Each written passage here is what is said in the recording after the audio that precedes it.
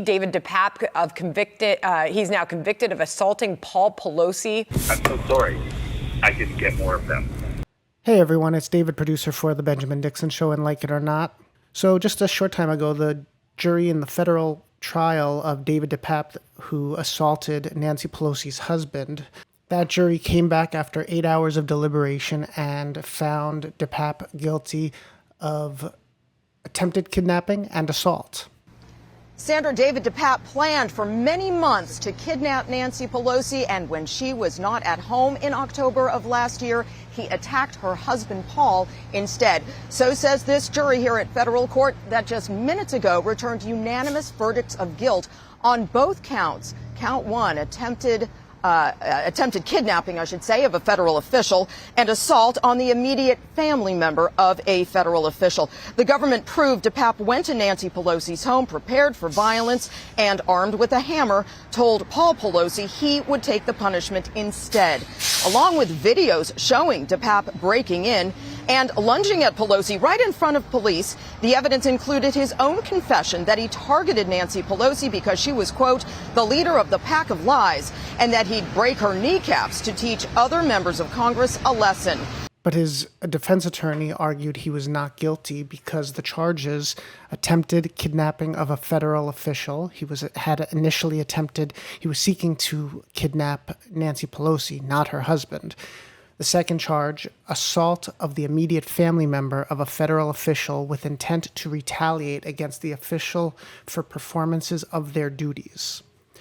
And that's the part that they clinched onto, that the defense focused on, the intent to retaliate against the official for performance of their duties. According to The Guardian, DePape's lawyer, Jody Linker, argued that he was not targeting Nancy Pelosi as retaliation for her official duties, but rather due to the conspiracy theories he believed, quote, with every ounce of his body. So they were focusing on why he did it, not to stop her from acting in her official capacity, but really more that he had bought into and fell for the QAnon conspiracy theories. But the jury didn't buy that. He did have a history of amplifying and sharing conspiracy theories, and there are many, many people in the MAGA world that completely believe the QAnon conspiracy theories. So it's not irrational to suggest that he did it believing that. But looking at the law and the charges under the law, the jury found him guilty. The jury rejected the defense's claim that DePape's actions had nothing to do with Pelosi's official job as House Speaker, but rather his belief she was part of an evil cabal of wealthy elites, spreading lies and corruption and promoting pedophilia. DePape sobbed as he defended his wild conspiracy theories fueled by podcasts and YouTube videos. He said he never intended to hurt Paul Pelosi, but when he realized his plan had failed, he snapped. Testifying on Monday as both a victim and a witness, the 83-year-old Pelosi recounted waking up in a pool of his own blood with a fractured skull.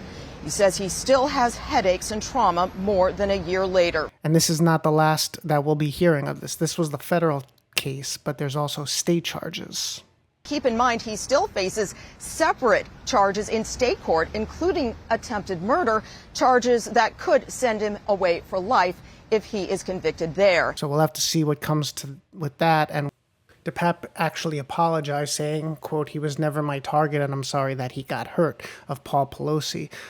But he didn't say that he wouldn't have been sorry if Nancy Pelosi got hurt. Now, in the federal case, now that we know he's been found guilty, he faces up to 50 years. In the state case, he's charged with attempted murder, assault with a deadly weapon, residential burglary, and elderly abuse. And just like in this one, he pled not guilty. All of this while you may remember that he had called a local TV station from jail with no regrets. As you know, they released the video earlier today. Yeah, I saw that. Yes. What did you want? Thank you for calling me. What did you want to tell me?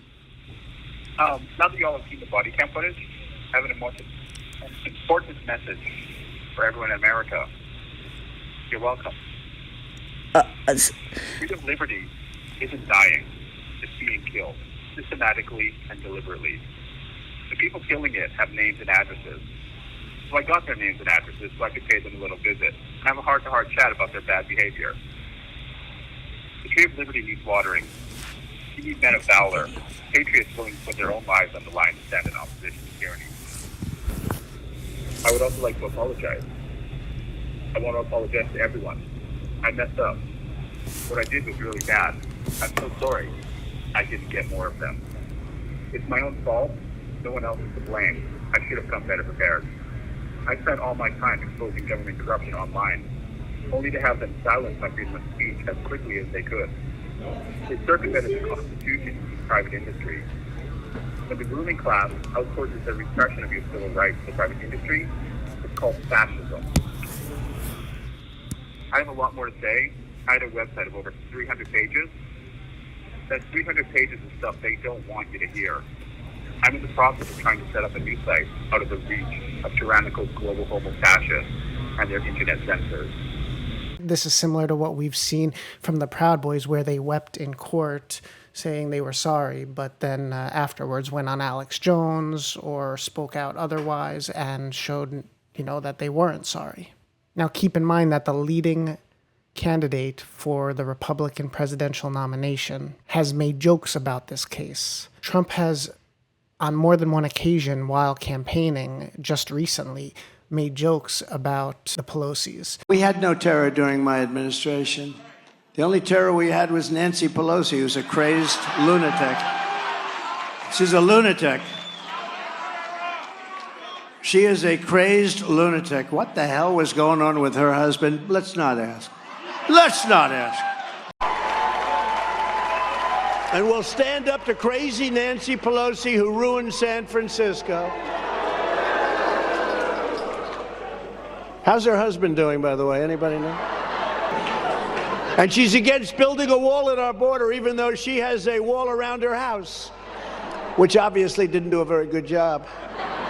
This just shows more and more, on top of the history we already know, that Trump fuels his base and that there are incidences beyond this case where people have been violent because of the things he says and does. Anyway, wanted to just bring this to your attention and felt it was worthy of a video. Let us know what you think in the comments. Don't forget to like and subscribe, hit the notification bell, and we will be back.